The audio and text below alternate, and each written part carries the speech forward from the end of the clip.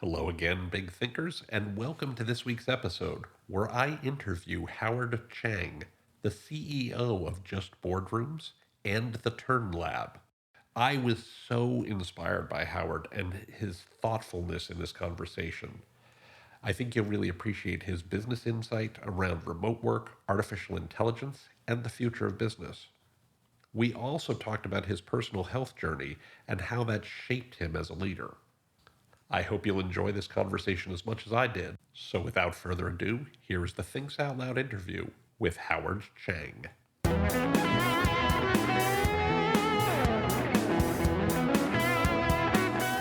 Welcome to Thinks Out Loud, your source for all the digital expertise your business needs. Howard Chang, welcome to the show. Hey, Tim. Thanks for having me. Thanks so much for being here. You've got just an incredible background. You've done an enormous amount of things. I mean, I'm just reading off the list here. Retail, product design, sports marketing, film and stills production, commercial real estate, advertising, and digital technology. You're currently the founder and chairman of the Turn Lab and CEO and founder of Just Boardrooms. So you've done a lot over the course of your career. You've got a broad background in how digital has sort of affected the workplace, how AI is affecting the workplace, how technology has affected the workplace, and ultimately how that affects the people in the workplace. So, just to open it up with a big question, we're talking a lot about hybrid work. We're talking about a lot about the future of work. We're talking a lot about how AI might affect work.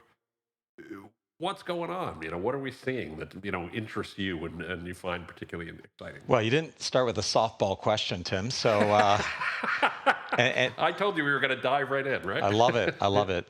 Yeah, I mean, you hear the term the future of work, and I think everyone sort of has an interpretation of what that might mean for their organization. So whether you're working for a company or leading a company, there's probably more questions than answers at the moment. We do a lot of consulting to C-suite leaders, and we talk to them a lot around company culture, morale, productivity, innovation. And there is a general agreement right now that no one's really got it quite figured out in terms of how are we actually maximizing our people's productivity, how are we maximizing their ability to collaborate and bring value to a company to help product service development, et cetera. But also, how do we retain people in an environment where sometimes they're working remotely through a pinhole called Zoom or Teams, which is very difficult to build morale and culture. Yeah, sure.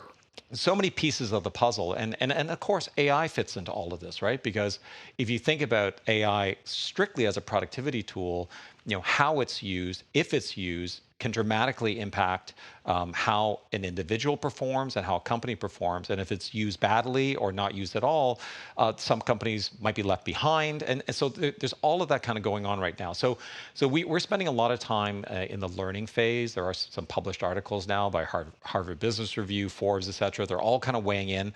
But no one really is the expert in the space because it's happening in real time. Absolutely. Oh, for sure.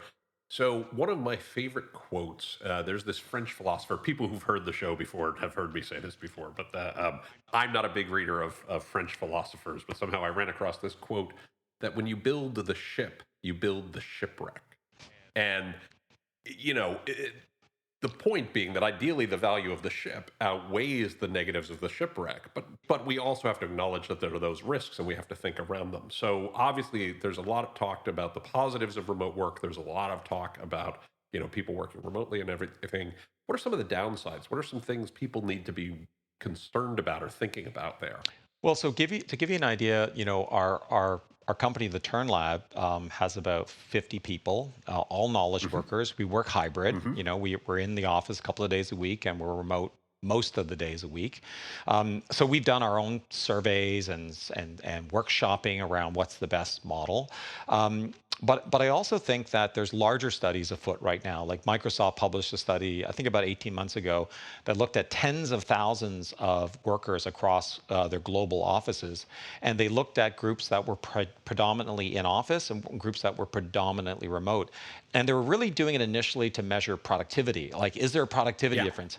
Yeah. They did notice a productivity difference, but it wasn't as big as they thought. What actually surprised them was that the in-office group had much higher rankings in terms of product innovation and product quality. So Hmm. by coming together in person, they were able to collaborate more, argue more, debate more, challenge each other more, which Yeah. led to better product design, better product development. So productivity is only just one piece of the puzzle. And there are studies that showing for some companies the productivity that can be actually quite large, up to like 30% for some companies, because a lot of new people coming to the workforce, no one really taught them how to do time management, as an example, Right. right? So how do we close that gap? We're not going to bring everybody back in the office all the time. So how do we close that gap is the big question people are trying to answer. Yeah, makes sense. Makes sense. And I know in some of the discussions we'd had, there have been some mental health issues and the like that some folks are concerned about. Yeah, Maybe you could talk about that a little bit. yeah. I mean, there's a mental health issue that's growing called belonging deficit, right? As people felt isolated during COVID, they weren't part of physical communities, and stuck in that tiny little channel called social media, you can actually feel more socially isolated because you feel like you're missing out on everything, right? Yeah, So the sure, sure. belonging deficit is a big issue for remote workers, even hybrid workers. But what belonging deficit is also leading to is something called collaboration deficit. So as people are feeling like my work is really starting to get really isolated, and I'm starting to feel really alone in my work, that's also creating mental health issues. Not to mention ultimately the quality of their work. So it's kind of like a double-edged sword. And here's the other really dangerous thing that's happening. Yeah. With the advancement of AI and the ability for AI to generate content for a lot of knowledge work, the work that we do sitting on our own is going to be more easily replaced by AI than the work we do together as teams. So Oh, that sure. natural creativity, innovation, that's the kind of knowledge work that's going to be continued to be led by human beings. The sit at home typing out, I got to write an article on cryptocurrency, or I've got to create I have to do some analytics on a research study. AI is going to do all of that, right? So, Sure, so sure. the interesting thing is that there's also anxiety from people going, "Ooh, how am I going to keep my Uh, job with all of this coming in?" I think the key here is people need to come together in ways that make sense for moments that matter, probably in person, so that they can create amplification and acceleration of what humans are actually good at, which tends to be creativity, innovation, problem solving, something that they currently do much better than AI.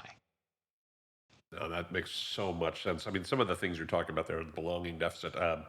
Listeners of the show have heard me talk about a book by a real good friend of mine, Mark Schaefer, called Belonging to the Brand, where he talks about how community is the next great marketing channel and the like. And it sounds like you're talking about the same thing from a product innovation perspective, from a serendipity perspective, right? The random collisions of people that lead to observations or insights you might not have had before, Well, right? and you might live longer. Like if you watch the Netflix show The Blue Zone, Oh, yeah, it's sure. so interesting Yeah. how if you look at all the Blue Zone communities that the host studied, almost all of them had one commonality, which was community. So whether that was the Seventh-day Adventists with their community built around their religion, or whether that was the Okinawan grannies that got together, every day to cook together, knit together, sew quilt, that idea of bringing people together in person for moments that matter is incredible for not just our mental health, but also our physical health and longevity. So there's a lot of science behind the need to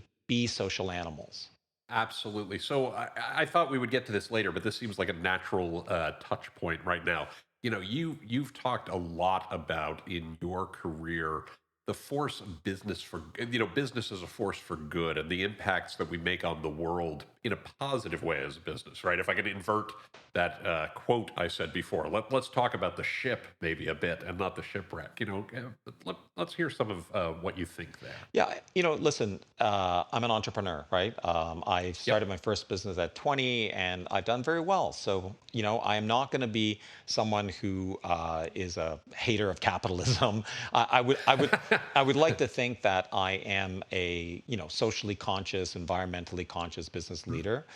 So what we've done is we've actually taken some of these socially conscious, environmentally, ideas, philosophies, and put them into practice by applying for and getting certified as a B Corp, so a benefit corporation. So Oh yeah, the B sure. Corp movement, it's growing, still small, but members include like Patagonia, Ben and Jerry's, companies that believe that it's not all about the shareholders, right? It's Right, not right. only about the bottom line. These tend to be kind of like triple bottom line companies, and we're one of them. We're a certified B Corp. We've been since 2018. It's a rigorous process. There is something on the B Corp website called a quick assessment that you can go in as a company to see, how big a gap is it between what you do and what a B Corp subscribes to. So that's a good starting point. But what I like about the B Corp movement is it kind of quantifies and systematizes the idea of being a good corporate citizen, right? So it looks at things like worker health and equity. It looks at things Hmm. like environmentalism, health of the planet, but also looks at things like giving back to the community, supporting underserved communities. So these are things that are all important. And I think the big flip for me was when I read the term stakeholders versus shareholders. Right. So, Definitely. Tim, you've talked to enough business people. We always talk about our shareholders. But what B Corps are trying to do and what we're trying to do is actually, there's a larger group of stakeholders involved, right? There's our customers, there's our staff, there's the communities we serve, there's the environment, biodiversity. They're all stakeholders. Like, it'd be very hard to run a business if we had no biodiversity, as an example. Like Right, what right. what if all the bees disappear? We are screwed, basically, right? So I think it's really shifting perspective and understanding that if we account more for stakeholders, we might be able to do good as we do well. And I think that's a Right. great combo. Right. Well, and what you're talking about with the mental health situation with employees or things along those lines, right? The anxiety that they feel around the artificial intelligence potentially taking their job, or the belonging deficit when they're working remote and not connecting with other people. That's not going to make for happy, healthy, functional employees. Those folks are also representative of the people who buy from our companies and the like, and it probably doesn't make for happy, healthy, functional consumers. So, I Yeah. mean, I've thought about this from a very different perspective over the course of my career, and I agree with everything you said. So I don't want any of this to sound like I'm disagreeing. It's also at a worst case scenario, and folks who've listened to the show have heard me say this before. If you're not doing well in your community, you're not creating an environment where people want to work with you or want to buy from you or will need your things. So even if you don't believe in some of these principles, though I would argue you should, it sounds like you would argue you should, it's also in your best interest to do it because it's in your best interest to do Yeah. I mean, it. Right. 87% of millennials and Gen Z who apply for a job want to know the values of the company. Right. 87%. So Right. it's a huge piece around not just corporate culture, but in terms of talent acquisition, talent retention. If you don't stand for something, people have a hard time connecting their values strictly to a paycheck. And Yeah, I think people absolutely. are looking for more than that right now. Sorry about the fire. I live in the big city, so fire alarms, sirens. It happens.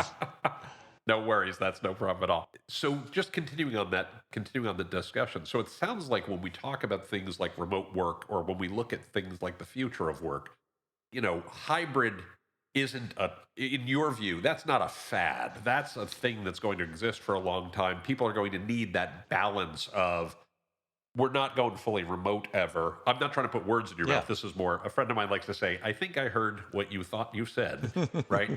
So, so we're probably not going full remote because of the downsides that exist there.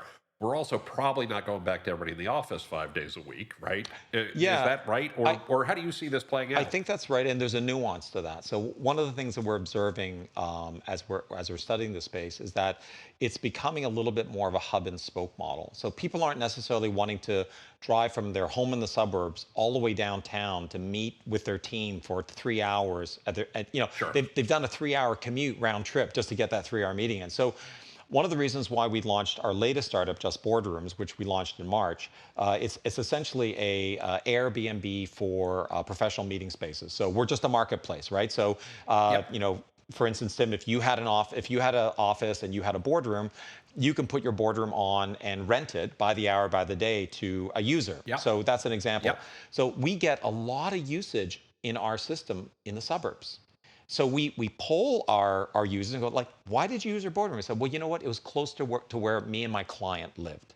Oh, Yeah. our team lives on the west end of the city, so it didn't make sense for us to drive downtown. We met out here. So they're happy to pay $50 an hour or whatever for a Yep. boardroom on Yep. demand because it actually makes them more productive. They save 2 hours on the commute, they get more done, and they only use it when they need it. So this hub and spoke type situation is we're seeing more and more of that.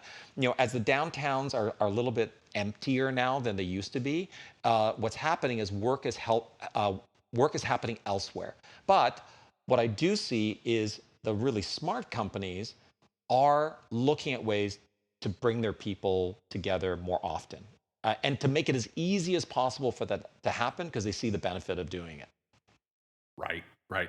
And I want to come back to that point just for a second, but just as you're talking about your company a little bit, where are you located? Like, where can people find you? We're in Toronto, fourth largest city in North America. I know that's Yeah. surprising for a lot of Americans, but our clients are all over North America. So what the Turn Lab is a marketing technology lab and incubator. So we do traditional marketing, market research, we do planning, we do media campaigns, but we also do a lot of technology. So all our software engineers are in house. They're not offshored in India. They're here. We build, $1 million enterprise digital commerce sites. We also build apps for startups. So one of the products we developed was just Boardrooms. So that's one of our proof products as an example, right? Got it. So we're an incubator, and we've helped other startups incubate as well. So we are based in Toronto, and you can check us out at theturnlab.com. And I definitely suggest you check out our marketplace, Just Boardrooms. It's justboardrooms.com. The sharing economy is going to be another big piece of the future of work, right? As we start thinking about reducing friction, as we think about collaboration, there's going to be a lot of assets right now, commercial real estate assets, transportation assets that have been all geared towards coming back to the office that aren't going to be used for coming back to the office. So the sharing economy is going to play a much bigger role in that, not just in Canada. We have 55 cities for Just Boardrooms. Most of them are in the States. So the U.S. Yeah. is really growing quickly, and I think that's something that's going to happen for every major and minor market. Is we're going to do things differently. That makes total sense. Well, and what I love about it specifically, first of all, I think it's a cool product. I think it's a cool idea. I also love that you're putting your money where your mouth is, right? You're talking about all of this in terms of these are the trends we see happening. You build digital experiences, you build commerce experiences. Hey, let's put these two things together and actually show this in practice, right? Yeah, I love burning my own money. Like it's like a dumpster fire in the back of my office. Like, let's just throw more money at a startup because I'm a glutton for punishment. But you know what? The good news is it's growing quickly. So we're at 250 locations now. Sales are growing in double digits, compounded month over month. So it's all good. But the truth of the matter is, I've been a startup guy since I was 20 years old. I've played a lot of risks as we do it. You have to have an appetite for risk if you're going to do a startup.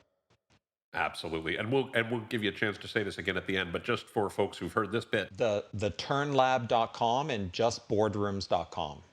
So, one of the things that I find particularly fascinating about your story is that you just said you have to have an appetite for risk as an entrepreneur. You obviously you like to burn your own money doing this, right? You like to have fun doing this and finding new challenges and all.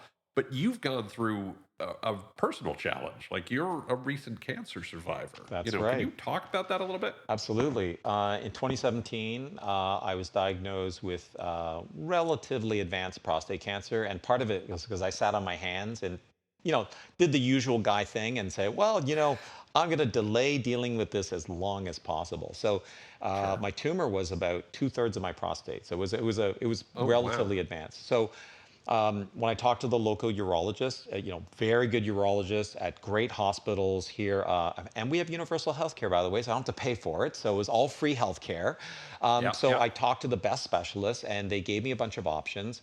And frankly, I didn't love the options. So I did my own research. I am a very curious guy, and I'm more than capable of doing, using that thing called Google. I'm not sure whether you heard about it, but I ended up finding a clinic in Germany that was doing a very innovative surgery called IRE nanoknife. And I would say if anyone listening has anybody in their family that is going through localized prostate cancer, in other words, it has not metastasized, it's localized in Right. prostate, Sure.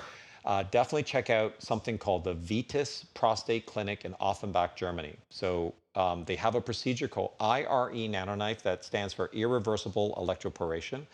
It's what they call a focal therapy. Hopefully, I'm not getting too personal here, but the bottom That's line okay. is I asked the question. It's there's a okay. lot of side effects to Sure. traditional radical prostatectomy. So the Sure. nanoknife is a whole different system where they basically using MRIs and other technology, they isolate the tumor and they basically zap it with high voltage for nanoseconds. That's why it's called nanoknife. So I had full recovery. They got rid of my tumor.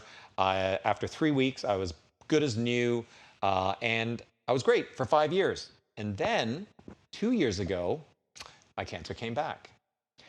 So I had to deal with that. So they spotted 3 tumors in what was left of my prostate. Yeah. Yeah. I'm at that age now where that could absolutely happen.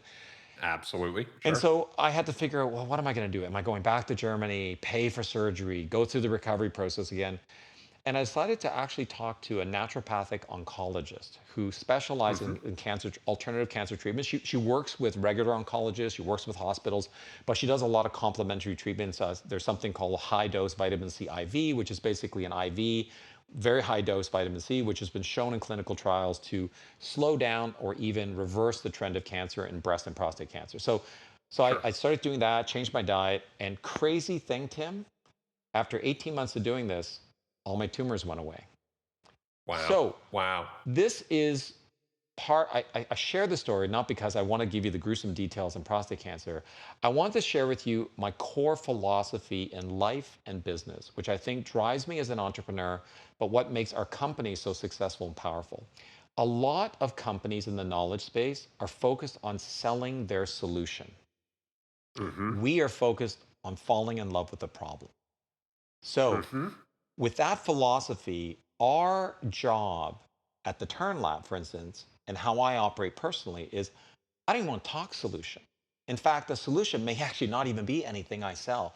I want to first Hmm. deeply understand the problem. That's why we do leverage AI in our company. We do Yeah. have Yeah. analysts and strategists and market researchers in our company. Unlike a lot of traditional marketing firms, we invest in that space because having evidence to inform the right strategy to build the right solution has Absolutely. been our path to success. And I think a lot of people forget about that and they get so in love with their solution that they're just kind of ramming it down people's throat, whether they need it or not. So, sorry, that was a long Absolutely. winded, very, convoluted way to get to that point, but it came through cancer. Well, that's okay. I mean, that's what podcasts are for, right? That's for us to have a conversation and kind of work our way around to the thing. It's really funny you say that. We are very fond of the expression around here that a problem well defined is half solved, right? Yes.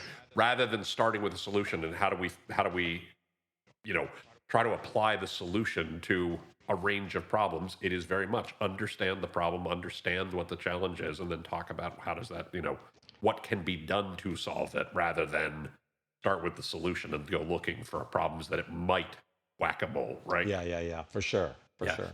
So, so it's interesting to me. You've had a couple of, I would say, fairly substantial health scares. I don't think that's an unfair way to state that, right? Yeah.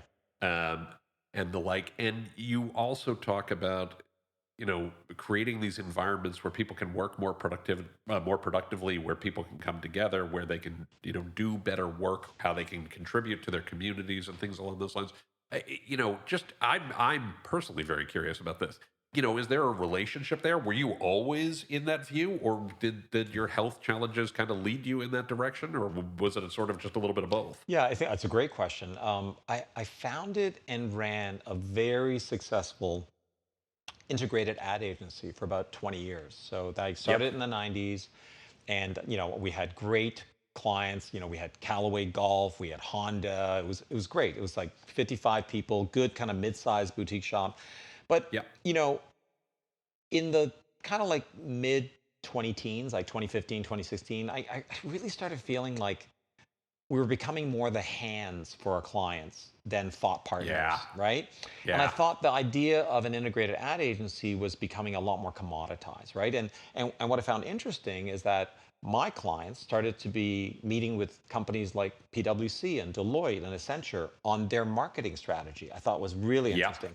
So the consultancies are starting to occupy the space. So I was thinking about it for a while. I was thinking about how do we deal with it. And I will tell you right now, cancer made me make a move. So what I did Yeah. is I actually shut down that company to start the Turn Lab. So I shut down a successful 20-year, multi-million dollar agency and started with a handful of intrepid people that were willing to bet on my bet to do this Yeah. kind of consultancy-led marketing technology model. And oh my God, Tim, we stubbed our toes so many times in the beginning. Like we didn't quite get it right. We Sure. couldn't get our proposition right. But after about 18 months to 2 months to 2 years, we started seeing momentum happening. We saw people kind of hiring us for the right reasons, not to be their hands, Hmm. but to be thought partners. And now we're bigger than I ever was as an integrated agency with about 50 staff now, higher revenues. And Hmm. I think the model's working. I like to tell people we're a lab, which means you can break some beakers. That's what, we stubbed our toes, but just Yeah. don't burn Sure. down the lab, right? Like, so Right. Right. we want to do it right, but we're going to make mistakes along the way and we're going to learn. Yeah. Yeah, my background, I've been a competitive athlete a lot in my life and I've coached Hmm. elite athletes.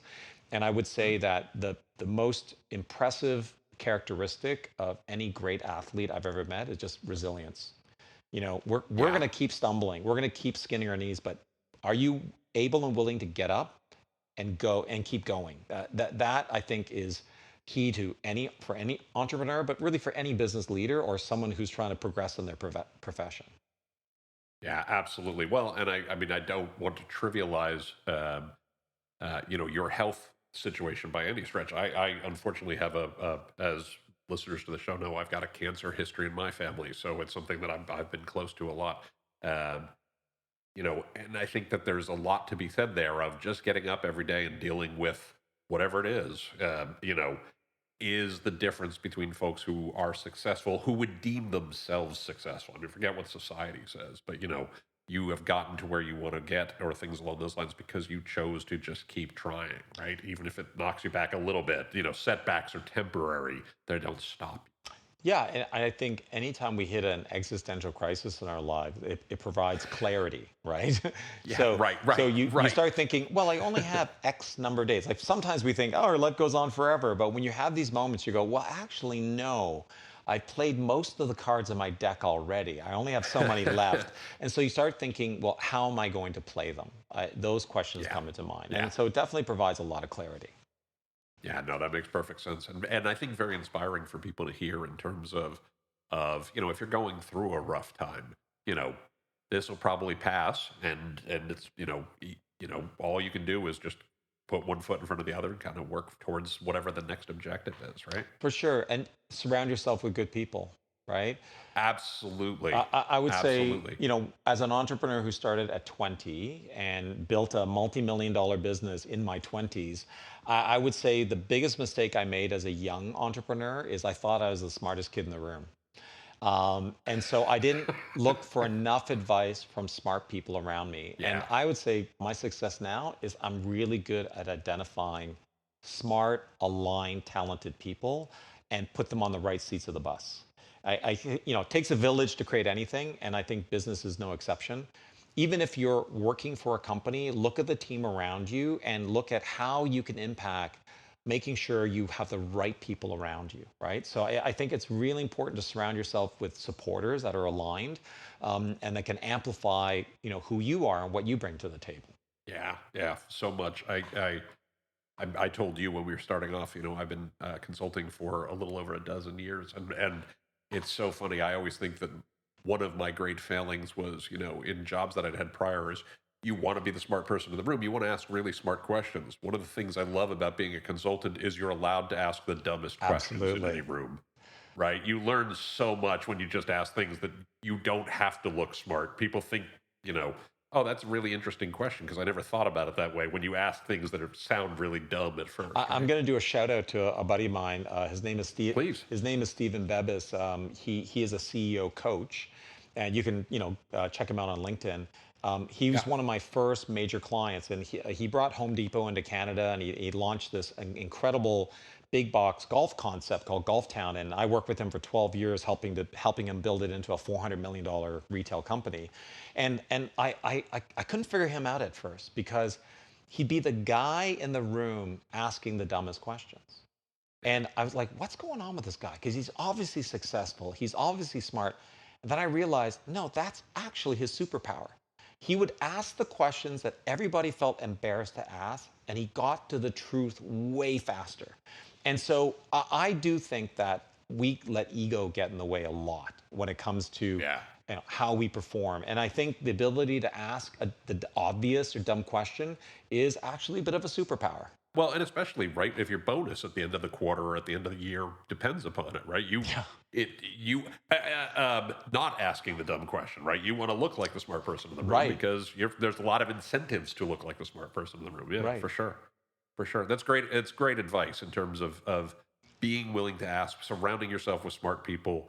I just love the stuff we're talking about here, Howard. And I know we're coming near to the time we have together, but you know, I just kind of want to put a button on this. You're talking about how we get people to belong more effectively. You're talking about how we bring people together more effectively. I love this focus on the triple bottom line and having some larger purpose to actually appeal to the folks who want working with you and the like. If you're going to attract smart people, it probably makes some sense to focus on things that those smart people might care about beyond just a paycheck, right? And this idea of building a community and building opportunities for moments that matter. So, if people want to learn more about what you do and your companies and the like, where can they go? How can they find you? Yeah, so definitely go to theturnlab.com to check us out. You can email me at Howard and then the letter C at theturnlab.com. I'm happy to field any questions anybody might have. I am still on X, a little reluctantly, but still on X. I'm at AdCycle, AD Cycle.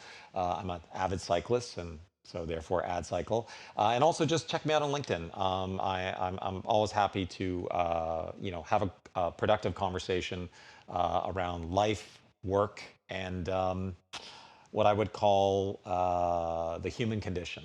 I love it. I love it. Howard, before I let you go, there's one last question I always like to end with. I always like to ask people, is there something I haven't asked you that I should have? Is there something you'd love a chance to, kind of share with the folks we're talking to today? Yeah, I think, one of the things that keeps me up at night is all the division that's happening in society right now. So whether that's political division, religious division, I mean, you look at what's happening globally right now in Gaza, Sure. what's happening Sure. both in Canada and US in terms of political division and the idea of, dogma fighting dogma, whether you're a liberal or a conservative.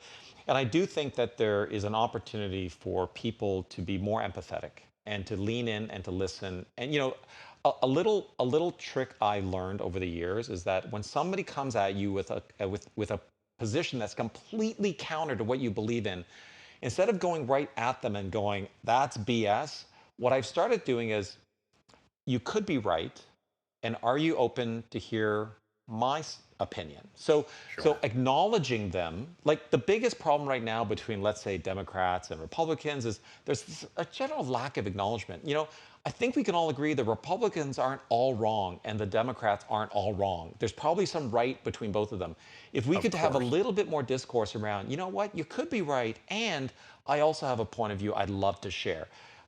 Individually, if we can do that more, as leaders, if we can do that more, I think we just get a lot more out of it. Perfect. Howard Chang, thank you so much for being on the show. I really appreciate it. This has been a delightful conversation. Again, you can find Howard at theturnlab.com and at justboardrooms.com. Again, Howard Chang, thank you so much. Take care of yourself, and we'll talk with you soon. Thanks so much, Tim. Once again, my thanks to Howard Chang for joining us on this week's episode. And thank you so much for listening. I want to remind you, you can find the show notes for this episode, as well as an archive of all past episodes, by going to timpeter.com/podcast. Again, that's timpeter.com/podcast. Just look for episode 416. Don't forget that you can click on the subscribe link in any of the episodes that you find there to have Thinks Out Loud delivered to your favorite podcatcher every single week. You can also find Thinks Out Loud on Apple Podcasts, Spotify, YouTube Music, anywhere fine podcasts are found. I would also very much appreciate it if you could provide a positive rating or review for the show whenever you use your preferred service. If you like what you hear on Things Out Loud, if you enjoy what we talk about, if you like being part of the community that we're building here, please give us a positive rating or review. Reviews help other listeners find the podcast. Reviews help other listeners understand what Things Out Loud is all about. They help to build our community, and they mean the world to me. So thank you so much for doing that. I very, very much appreciate it. You can also find Things Out Loud on LinkedIn by going to linkedin.com/TimPeterandAssociates. You can find me on Twitter or X or whatever you want to call it this week by using the Twitter handle @TCPeter. And of course, you can email me by sending an email to podcast@timpeter.com. Again, that's podcast@timpeter.com. Finally, and I know I say this a lot, but I want you to know how thrilled I am that you keep listening to what we do here. It means so much to me. You are the reason we do this show. You're the reason that Thinks Out Loud happens every single week. So please keep your messages coming on LinkedIn. Keep hitting me up on Twitter, sending things via email. I love getting a chance to talk with you, to hear what's going on in your world, and to learn how we can do a better job building on the types of content and community and information and insights that work for you and work for your business. So with all that said, I hope you have a fantastic rest of your day. I hope you have a wonderful week ahead, and I will look forward to speaking with you here on Thinks Out Loud next time. Until then, please be well, be safe, and as always, take care, everybody.